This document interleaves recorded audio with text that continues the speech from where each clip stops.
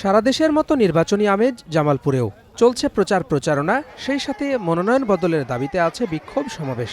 মনোনয়ন প্রত্যাশীদের অনড় অবস্থানের কারণে অস্থিরতা বিএনপিতে। মেলান্দহ মাদারগঞ্জ নিয়ে গঠিত জামালপুর ৩ আসনে বিএনপির মনোনয়ন পেয়েছেন মেলান্দহ উপজেলা সভাপতি মোস্তাফিজুর রহমান বাবুল। তবে তাকে চ্যালেঞ্জ জানাতে মাঠে আছেন বিএনপিরই ৩ জন। মনোনয়ন না পেলেও নির্বাচনে অনড় তারা। দল যদি আমাকে মনোনয়ন না দেয়, আমি শেষ পর্যন্ত স্বতন্ত্র প্রার্থী হিসেবে প্রতিযোগিতা করবো ইনশাআল্লাহ।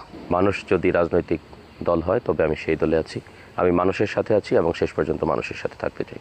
যদিও সিদ্ধান্তের প্রতি আনুগত্য জানাতে বলছেন দলীয় প্রার্থী, আর জেলার নেতারা বলছেন সিদ্ধান্তের বাইরে গেলে নেওয়া হবে কঠোর ব্যবস্থা। করে তারা দলের পক্ষে, বিএনপির পক্ষে, ধানের শীষের পক্ষে তারা ঐক্যবদ্ধ হয়ে নির্বাচনী কর্মকাণ্ডে ঝাঁপিয়ে পড়বেন, এটাই আমরা আশা করি। চূড়ান্ত মনোনয়নের চিঠি দেওয়ার পরে তারা সেখান থেকে সরে দাঁড়াবে বলে আমরা মনে করি। দলীয় শৃঙ্খলার বাইরে গেলে অবশ্য দল তাদের ব্যাপারে চূড়ান্ত সিদ্ধান্ত নেবে, এই বিষয়টি পরিষ্কার। বিএনপির এমন অবস্থায় বিভ্রান্ত দলের সমর্থকরা, প্রত্যাশা একক প্রার্থীর।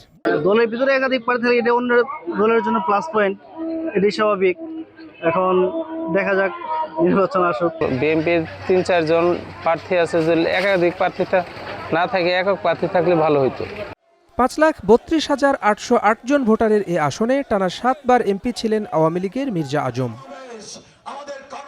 Desk report, star news.